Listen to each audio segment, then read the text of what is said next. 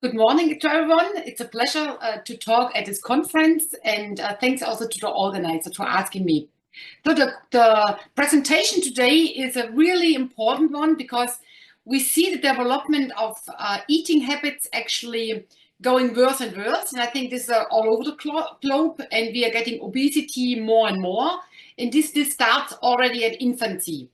And that's the purpose of my research since 25 years. And today I would like to give you some insights, some thoughts, some prevention methods, how we can start early to really focus on these healthy eating habits. So I believe, and since I did a lot of studies in this, looking also at long-term effects, so following really infants until adulthood, any child can learn to eat healthy, sustainable, also, looking at the climate, looking at sustainable, healthy foods, which is also well known in each culture, and also with pleasure. Without pressure, with pleasure. And the first thing I want to actually talk to you is that a lot of parents, pediatricians, healthcare professionals do not know that infants are very sensitive to new foods, to new tastes, to new aroma. And when an infant is born, an infant has around 10,000 taste buds, far more than an adult has. And this is the first thing that I always give away also to, because I work a lot with parents as well, because a lot of people think infants, when they're born, even in pregnancy, they cannot taste as strong as adults do, or they can taste less. And this indeed is actually the wrong thing. Infants already at this early stage have far more taste buds, have a far more higher threshold to perceive new taste and aromas and textures, and don't need strong flavors. They like to eat natural foods without added salt, fat, especially sugar. And when I look at evolution, where we are going in this dimension. So we're getting more and more obesity, especially also in young children. And this is actually really a very, very, very difficult area and a fearing area. Especially the extreme overweight in children, in young children, is really a problem. And this high processed food is a real starting point to look and interact. And I believe, and also we did a lot of research in this domain, the first 1,000 days of life are decisive for lifelong healthy eating habits. And not only looking at the medical direction and hormones and metabolism, but also looking at really the eating pattern. And today I would like to talk about early development of sensory experience. How do we train early on in pregnancy, in the first year of life from the child in the right direction?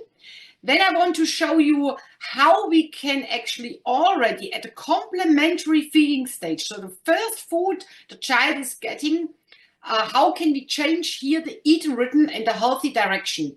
And here I did a lot of studies in different countries, compared what mothers do, and then I looked what is better now on what is worse. And I also had, for example, countries like China, France, Germany. So I looked into feeding patterns, and then I actually researched on what is now better and what is worse. And then I want to give you some theoretical but also practical implication. What does this mean for our audience, for our practitioners, for our really healthcare professionals? What do we do? And also for the recommendation for the government to change also recommendations, because I work also in the political affairs strongly, and we also try to change recommendations. So when we look at the early food development, we know that there are certain areas which are strong indicators of early development of healthy foods. The first one is gene, to like or dislike certain foods. Then, of course, while the child is getting older, first the itero, so what I'm eating as a pregnant mother, or what I'm eating as a lactating mother. This has a strong influence, because what we eat as a lactating mother, for example, is different than what we eat as an infant formula. Lactating mother, the breast milk has an every day a different flavor, taste. Think about this very, very sensitive infant, these 10,000 taste buds. An infant is detectable very, very low concentrations on different kind of compounds. So the infant formula is always the same signature. The breast milk is always different. And this already leads to a strong diversity on acceptance of food.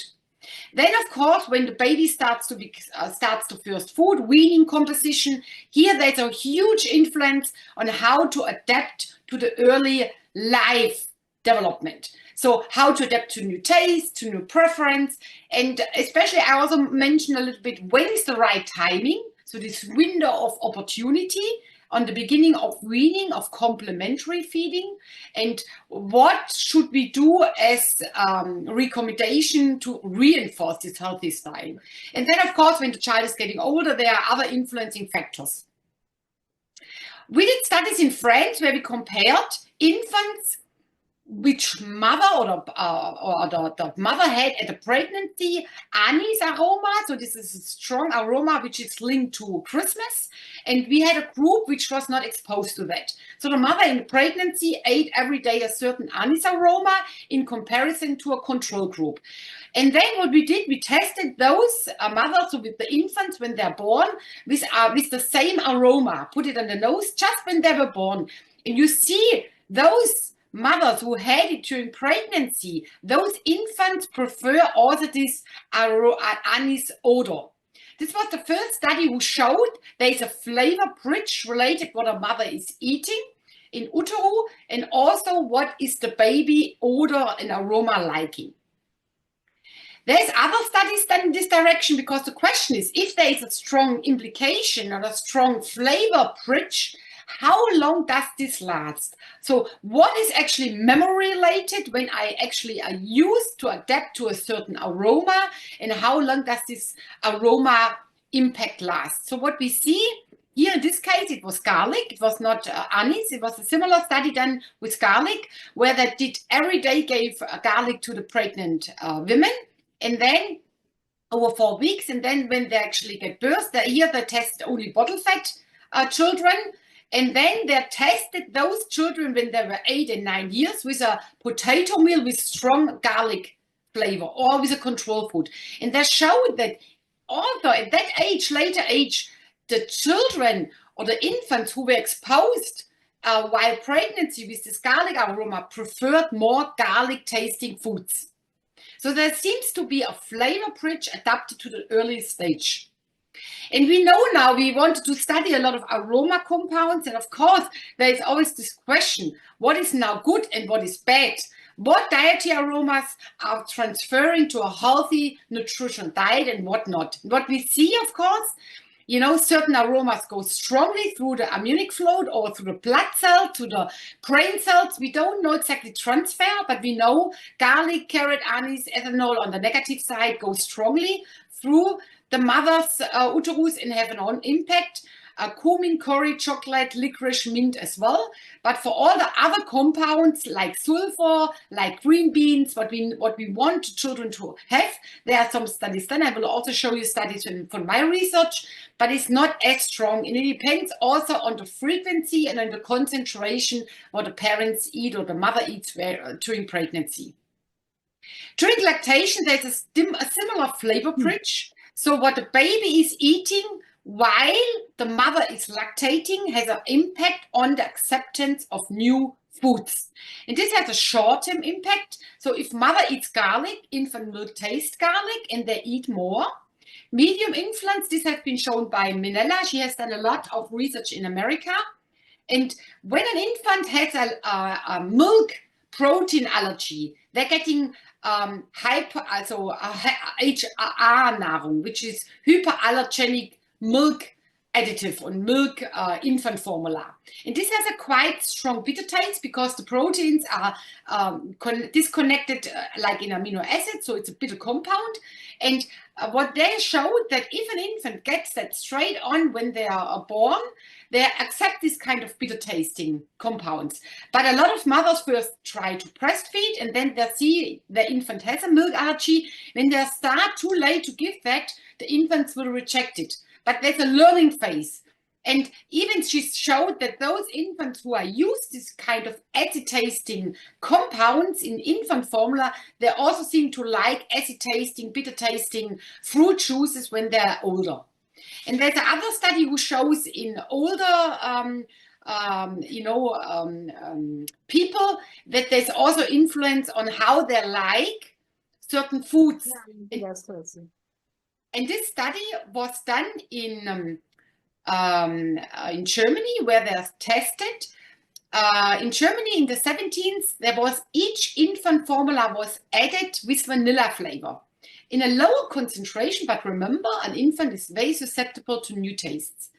And what they showed, they had those infants tested when they were adult with ketchup, tomato ketchup, with vanilla added or not. And they showed even at that older stage, those infants who had this kind of infant formula with vanilla also seem to like this strange combination of tomato with vanilla.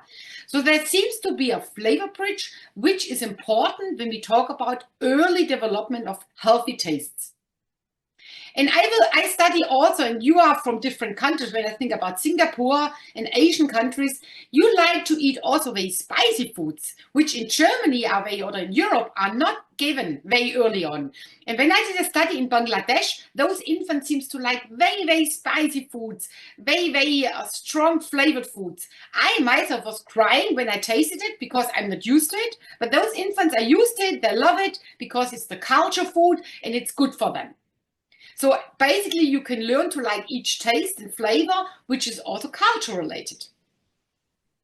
Similar to flavor, it's also the texture. The texture is a very important component for acceptance new foods. And very often mothers give too late textural foods. And what we see from a lot of studies, as later you start introducing texture, as more difficult it gets that children eat more complex foods. So you need to start with a variety of foods and also with texture foods. And in a study by Column and also the team in England of Northern, already in 2001, they showed as later you start with textural food, as more difficult it gets to introduce children to new textures. And they start also feeding difficulties. A lot of infants don't like certain foods, that they have a disgust face, they don't like it. And they showed as early you start also with kind of lumpy foods, with a more diverse diet, this is more healthy and also shows long-term reflects also on the healthy status of early food development. And a very important also point, what I am working a lot on is this kind of healthy development of new taste and textures, and this healthy development of all development of food. And I think this is a very important point because children don't like it and very often don't know it. So you can actually train the children to like certain foods when you develop their motoric skills. Children love to have the lumpy foods a long time on their mouth, on their gut. So basically, when you look, the mastication skills, the bolus formation, the saliva, and the tongue movement, they are made that you have a long time the food in your mouth. Infants have this ability. They got it when they were born. However, as an adult, we basically 4 to 5 times we chew. You can also train that yourself when you are at home tonight. Look, how often do you bite something? The recommendation is around 30 times, but nobody's doing it. Because children already at early stage get untrained this kind of natural behavior. Because we don't have time, we give the children too fast the food, but the children itself likes it. And the tongue, the lips, the mouth movement is actually a normal way of developing this kind of mastication skills. This is a very important point because mothers do not know, they don't have time, they don't let a child to develop these skills also while they're getting older. And this is very important to develop the right taste and texture and the right motoric skills for a child. And why this is important? Because this also actually has an impact on mindful eating. We talk a lot about mindful eating. This chewing ability starts already early on. And when we start to develop a healthy, mindful behavior in this kind of early stage, like around 4 or 5 months of the infant's age, you actually become also mindful chewing behavior.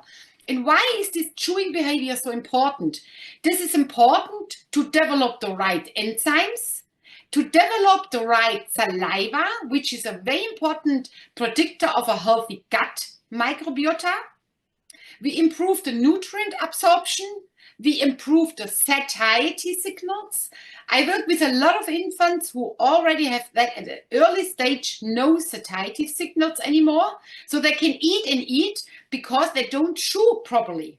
So what we actually studied in infants, as more they chew, as faster they get satiety signals, and as less they consume food, which also reduce obesity. The whole blood circulation and digestion tract is healthier, and there's also a healthier microbiota. And interestingly, also there's new studies done who look also at depression agents, which is in our normal chewing saliva ingredient behavior. And this is a very important point. So without paying money, you have everything in your body. So chew properly is the portion. And this is actually the message what I also give away to key opinion leaders, to you guys, to already train this early on, because a lot of people don't know. And the most people don't chew 30 times. And we did studies because I do a lot of studies also on fasting. And we also looked at chewing and fasting. And what we saw, when you have the same amount and proportion of nutrients in the food, however, the one group of patients actually is chewing far more longer and the other group of patients is not chewing, you get a healthier diet. You get a healthier saliva. You get more taste buds developed because we measure the taste buds. And you have also a healthier gut microbiota only by chewing the proper way. And this is, I think, a very important point. So the second point that I wanted to give you away is this area what I did a lot of studies on complementary feeding. Do you have questions by now, or do we do the question on the end?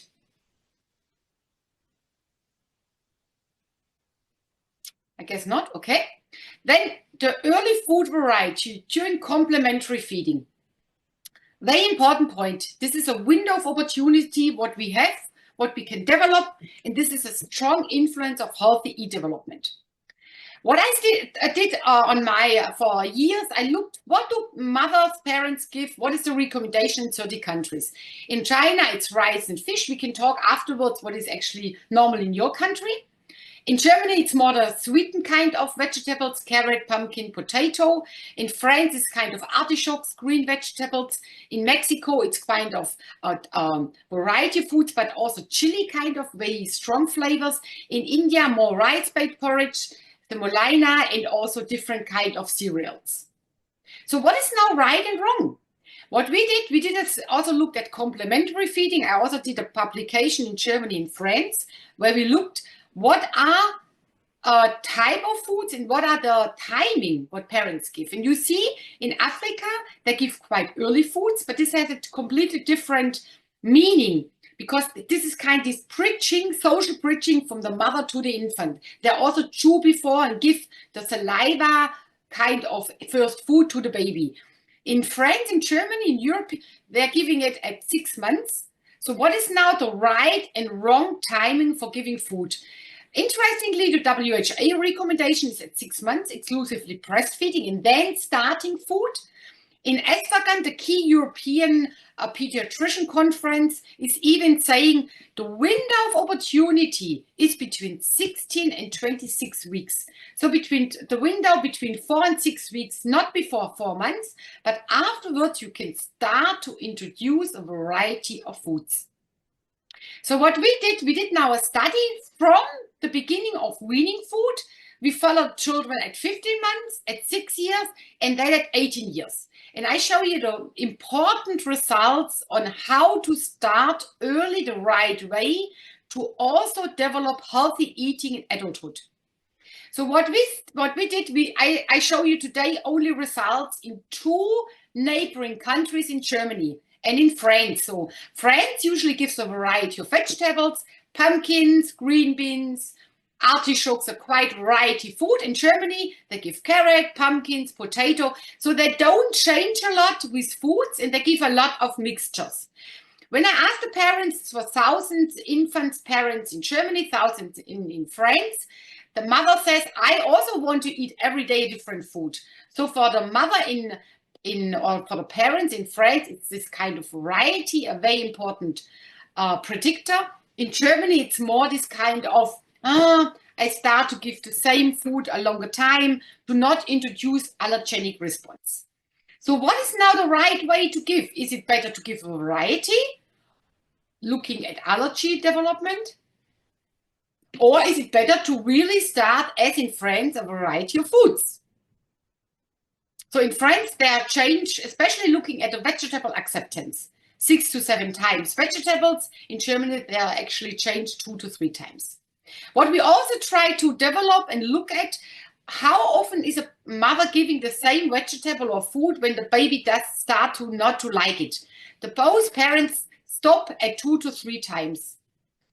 So what I did in my study, I looked at a long-term feeding behavior. So I had, with each, in Germany and France, we did the same study with thousands infant mother pairs.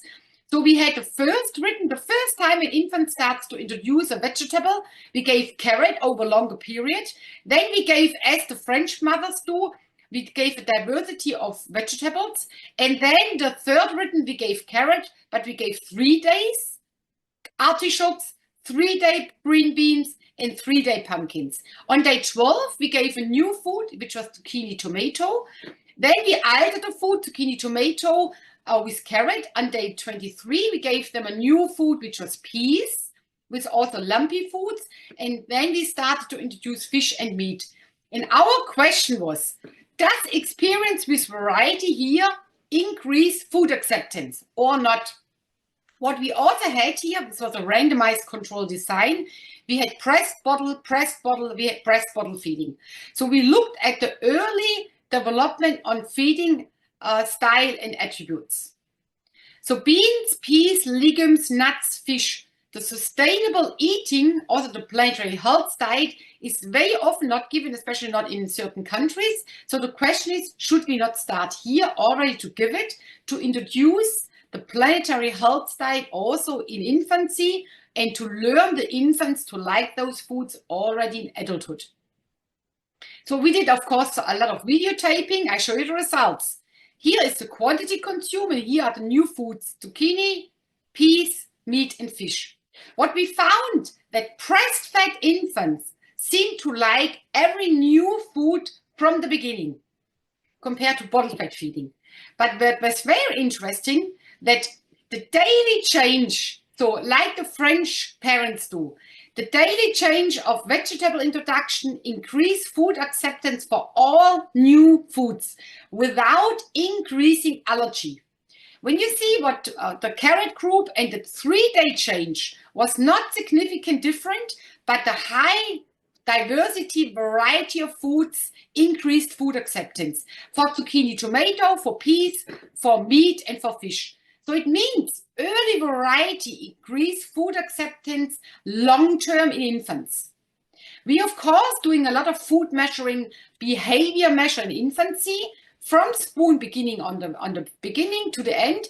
And then we use the FACS coding system to look if an infant likes certain foods or if an infant does not like certain foods.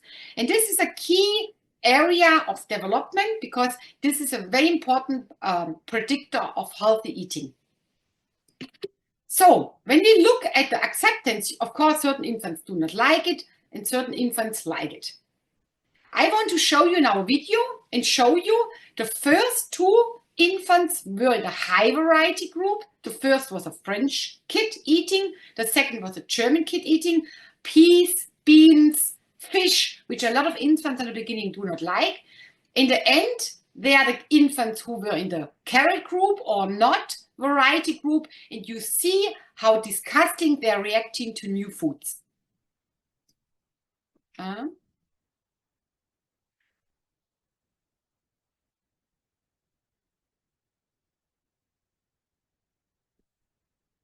Can you see my video?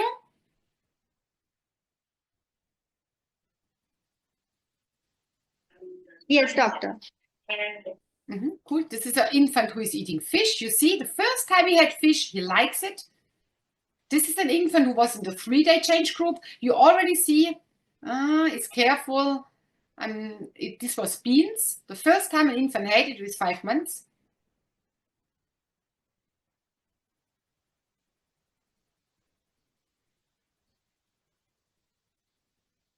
You also see the eyes are a very strong predictor of liking and not liking. This was an infant who was in the carrot group, had the first time peas, did not like it, had a disgust face.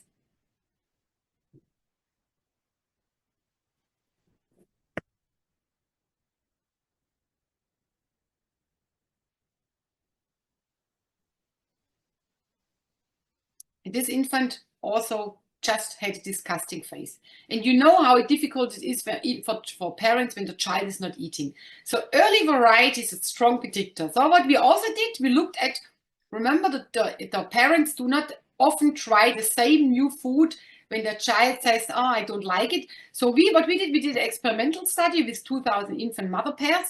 So we gave them on day 1 the food they did not like. And then on the second day, we had a control food, carrot. Then again, the food which was not liked, carrot. And you see over 16 days, slowly, the infant starts to get accepted to this new taste and food. Which means you should not stop at this kind of 2 times. You should learn the child to train it slowly, get used to the flavors. And this is very, very important to actually overcome this rejection phase and initially disliked vegetable become accepted over a longer period. So experience with early variety is important to increase food acceptance. Breastfeeding is important, but how long does this effect last? That's why we did a long-term study. So I followed the children in France and Germany. This was a child at 6 years.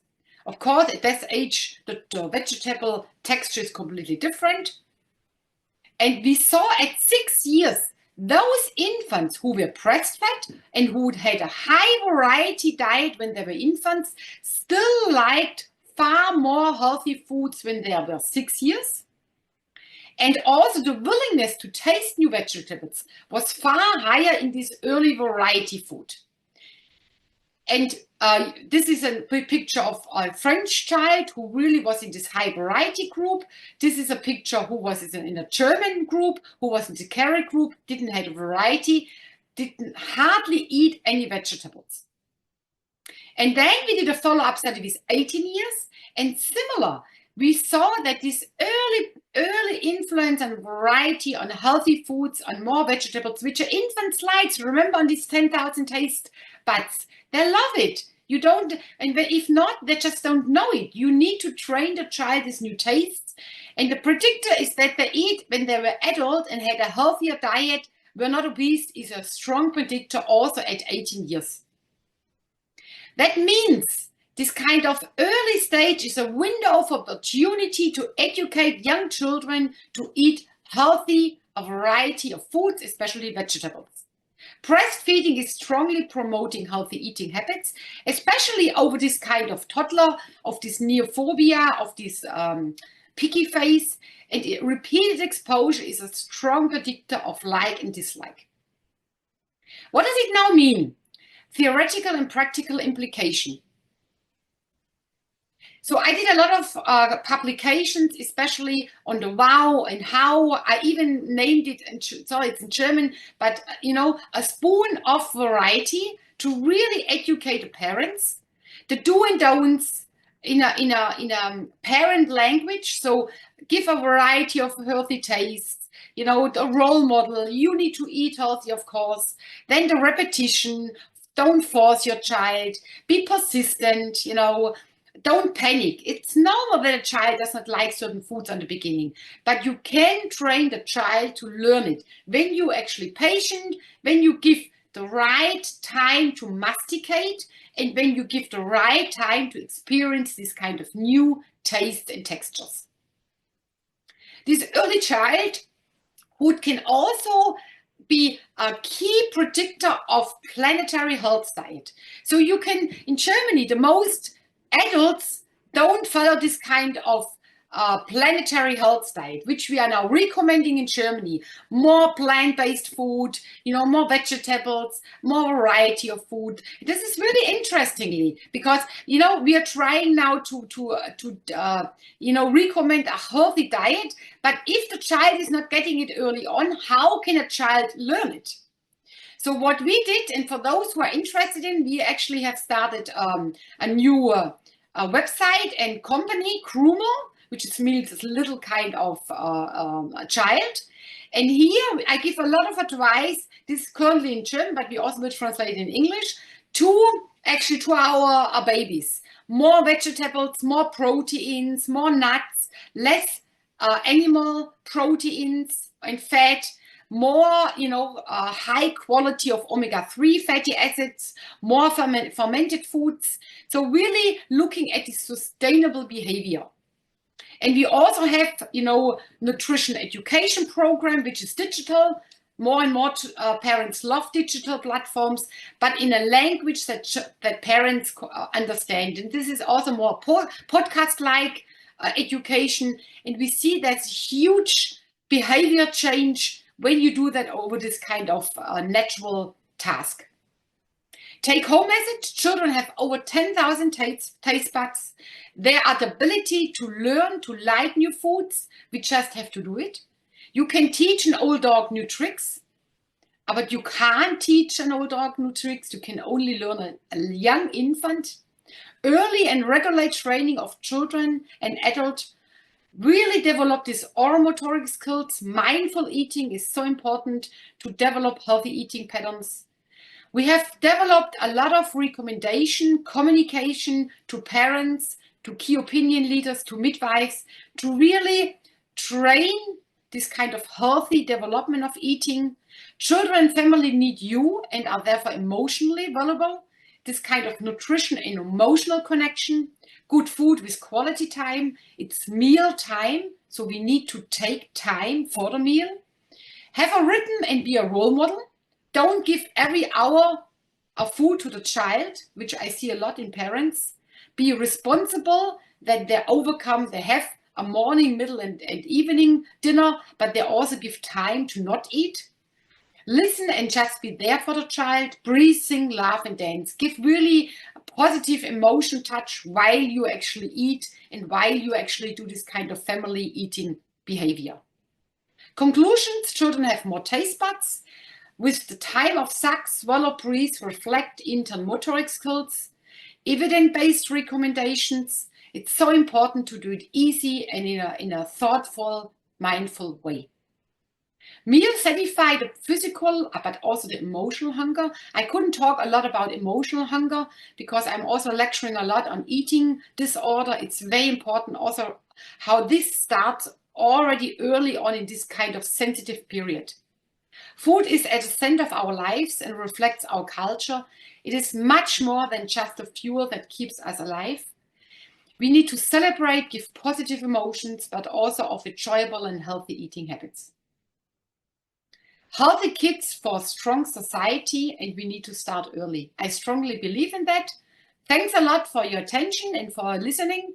And I'm happy now. This is basically my son. He eats now very happy. And I'm happy to answer now questions.